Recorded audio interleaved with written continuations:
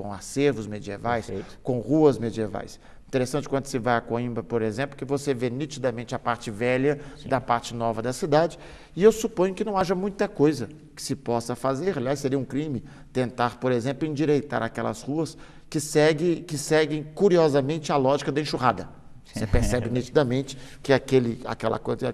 Alguém, certa vez, nós estávamos subindo, resolvemos subir para a faculdade, não de ônibus, mas a pé, é mais rápido, diga-se a passagem, mais cansativo, mas é uma ladeira, mas é mais rápido. E uma professora, não me lembro, acho que do Mato Grosso, virou e falou assim: o que pode me explicar a lógica dessas ruas? O outro falou assim: simples, é a lógica da enxurrada. Eram becos que foram sendo alargados de acordo com a necessidade do tempo, mas eram becos quando isso aqui era um povoado. Depois, com o tempo, tomaram o tamanho de uma carroça. O objetivo disso aqui, consolidado lá pela metade do segundo milênio, lá por 1500, etc., era passar cavalo e carroça, pronto, e segue a lógica mais simples o resto. As casas foram se colocando. Já no Brasil, cidades novas. Uma cidade velha no Brasil, com exceção das que estão na costa brasileira e foram fundadas por portugueses, a cidade normalmente não tem 100 anos, quando muito tem 150. Contraste muito grande nas propostas urbanísticas dos dois sistemas?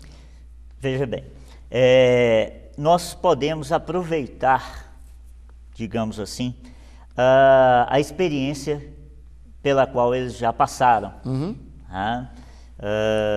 E só uma observação, na parte histórica eu menciono essa questão das cidades na questão do surgimento orgânico e do surgimento racional. Essa etapa de Coimbra ou das cidades como nas ladeiras, aí a questão orgânica vai se construindo lado a lado e seguindo aquela questão até mesmo dos cavalos e do transporte, enfim, essa situação. E nós passamos para a etapa de se aproveitar ao surgimento racional, como no caso do planejamento. Agora, a disparidade realmente existe, mas, por exemplo, eles chegaram numa etapa já avançada quanto à revitalização, de aproveitar o que já existe e está velho, né? E não mais essa política, a política que nós temos, devido à extensão territorial, de expansão e desenvolvimento urbano. A própria nomenclatura já indica espaço.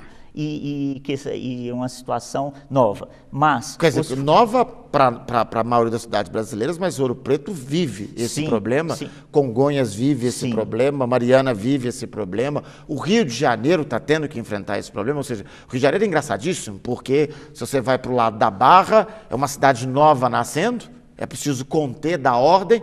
No centro do Rio de Janeiro, pensar o que fazer com construções centenárias. Exato. E agora, juridicamente falando, a essência é a mesma.